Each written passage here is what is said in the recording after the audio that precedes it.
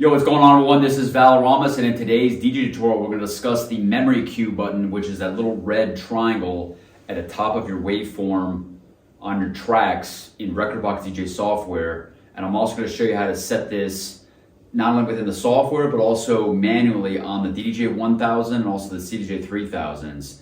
You can set multiple memory cues across your track, which will provide you hot cues for your initial cue point. So it's a little bit different than the hot cues themselves, but the memory cue will allow you to set and stow various cue points, which are great places to start your track from. So essentially what this allows you to do is it gives you multiple options as the DJ on where to start your track, because you can use the memory cue to jump forward or backwards in your track through the cue loop call button, which is located on the DDJ-1000, also the CDJ-3000.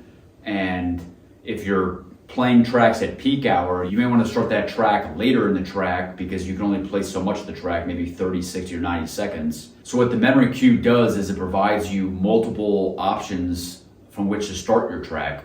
So for example, if you want to start your track from verse 2 or the second build-up and play drop 2 and then out, you can use this memory cue to set cue points and stow those cue points in advance, and then use the cue loop call button to find that memory cue button and then find your mixing point for your track. So it's another small little trick to use in your kit bag. And the use of the memory cue is actually very underutilized. I don't see a lot of DJs using this, but this can help economize your workflow and also help you expedite decision making, because as I always say, as a DJ, it is all about making decisions as quickly as possible when you're on stage performing, so you don't get laptop face and sucked into the vortex of your laptop or sucked into scrolling if you're playing on CDJ-3000s. Instead, you could use that time to either interact with the crowd, surveil the crowd, make announcements, do more advanced tricks,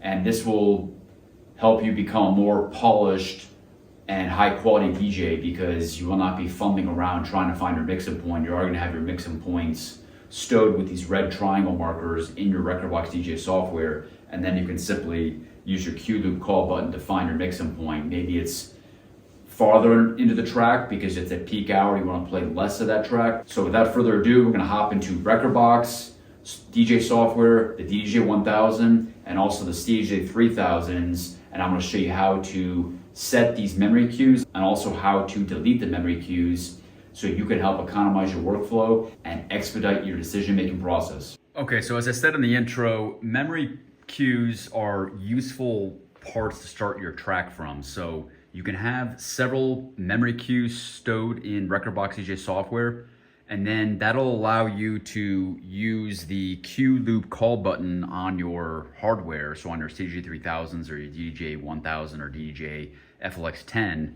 and you can then find these little red tick marks. So I have the first memory cue set right here, but how you actually do this is you're going to move to a different part in the track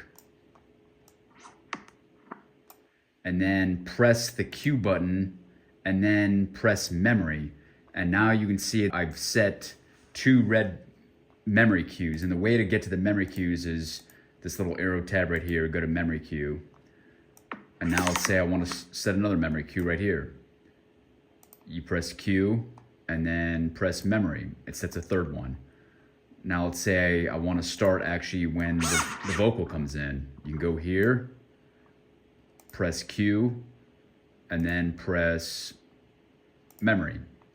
And now you have 4 different memory cues. And then to flip back and forth between these memory cues, then you're going to press the cue loop call button, and I'll show you what that looks like. Okay, the memory cue feature on CDJ-3000s and also on the DDJ-1000 or DDJ-1000 will allow you to find your cue point. So rather than scrolling through this jog wheel and then setting your cue point, you can use the memory cues. So what you do is you set the cue point and then you hit memory. And then you can go to your next memory cue. Let's say I want it here.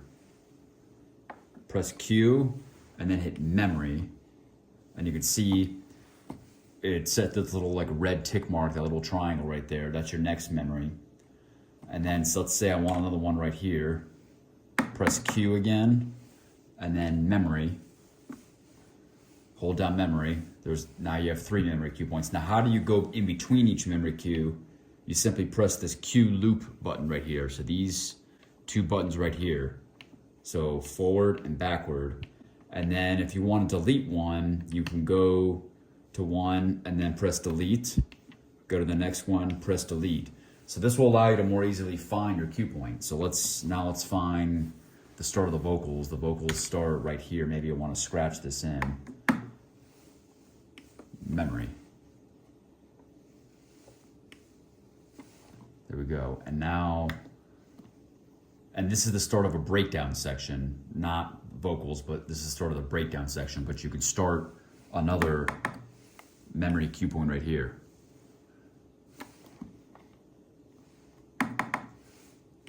Memory. And then you can go in between each memory. Delete that extra redundant one.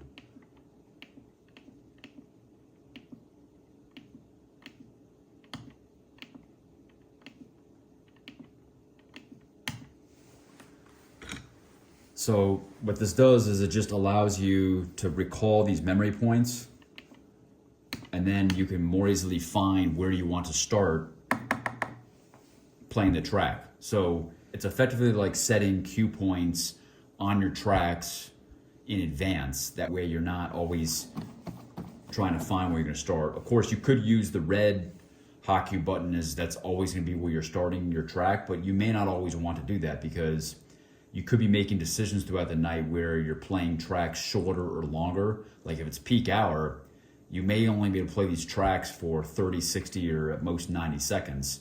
Whereas it's the beginning of the night, you may want to play the tracks longer, and that could actually dictate where you start your mixing point on these tracks. So the memory cue will provide you different options on how and where to start playing your music.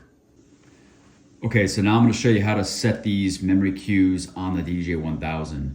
So you see this little 0 marker right here? That's where the track is currently located. And right now it's located at this marker right here, this hot cue A. So if I want to start setting memory cues, you can press your Q button and then hold down the memory. And that's now set the first memory button. And now if I want to set another memory cue point, let's set the next memory cue point. Let's set it halfway through this extended intro.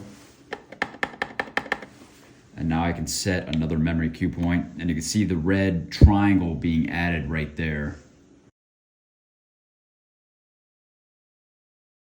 So let's go to the start of the vocals. So right here, we're gonna, and you can see it's at this blue cue point, marker 0. Press Q and then hold down memory. And now you can see that there are 3 memory cues. I'm going to zoom in even more. You can see the red tick marks on the scroll line right here. And now if I want to move between these, you're not going to press this button alone because that's like the track search button. It's going to go to the next track in your crate. You're actually going to hold down Shift and then go over, and this will go to your various memory cues.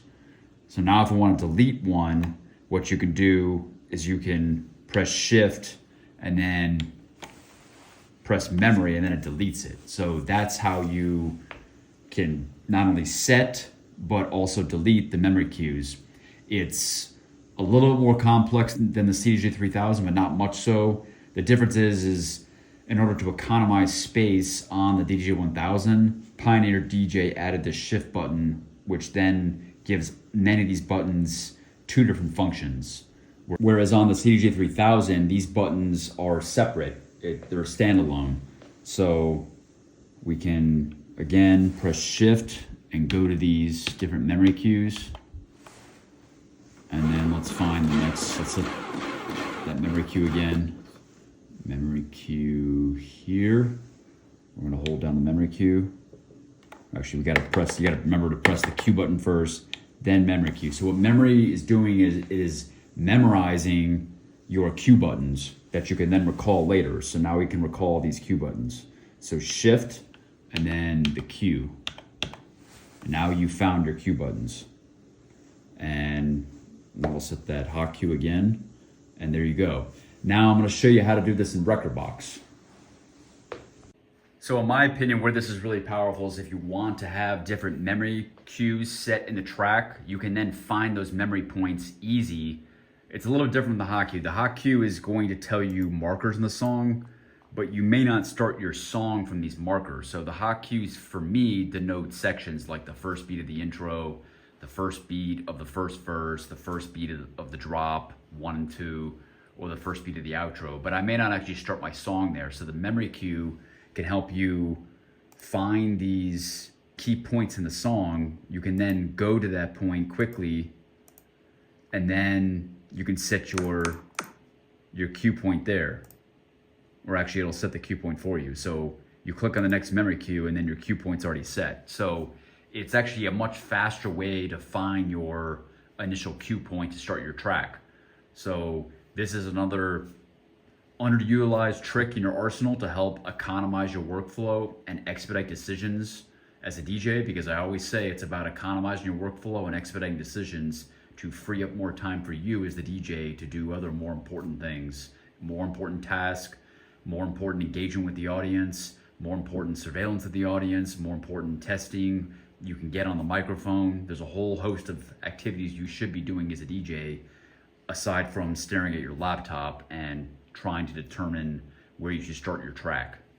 So there you have it. That is how you set the memory cue within Rekordbox DJ software, which will denote the starting point to play your music on the actual DJ decks, on the hardware, which will save you time. Because as I always say, it is about expediting your decision-making process to free up time for yourself as the DJ to do more complex tasks, whether that's interacting with the crowd or making announcements on the microphone. You need to automate as many tasks as possible in order to give yourself time and space to do other things as a DJ, so you're not constantly staring at your laptop. And that is why preparation is critical, practice is important, and part of this preparation is little things like this memory cue. So identify the memory cue button, which is a little red triangle tick mark in Rekordbox DJ software, and then use this to your advantage.